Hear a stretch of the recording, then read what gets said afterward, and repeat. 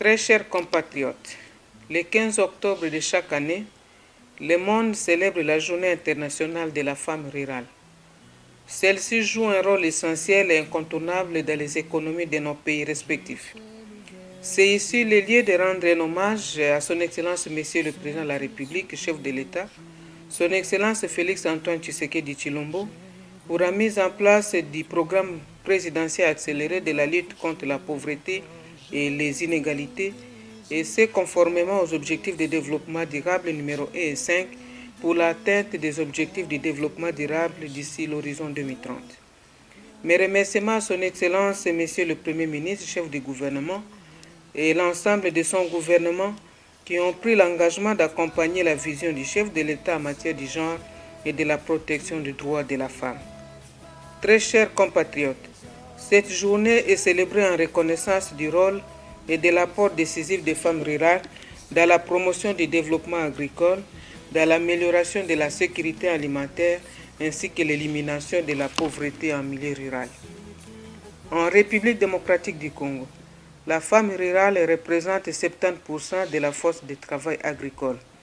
Par conséquent, elles jouent un rôle primordial en vue d'éradiquer la faim. Elles font preuve d'une impressionnante résilience. Elles cultivent les champs, collectent l'eau et les bois et prennent soin de leur famille. Elles ont ainsi la capacité d'améliorer non seulement les conditions de vie de leur famille, mais également celles de leur communauté.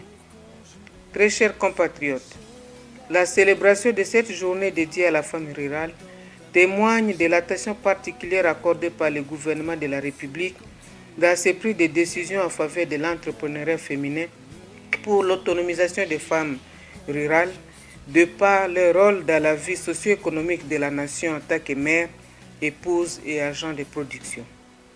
Notre gouvernement souligne la nécessité de faire de la situation de la femme rurale une priorité dans le cadre du plan national stratégique de développement.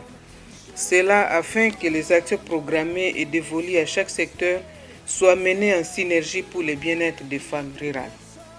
Il s'agit donc plus que jamais de garantir à ces femmes un accès équitable aux services sociaux de base tels que l'éducation, la santé, y compris la santé de la reproduction, aux services d'appui à la reproduction, au crédit, aux étangs et à la formation.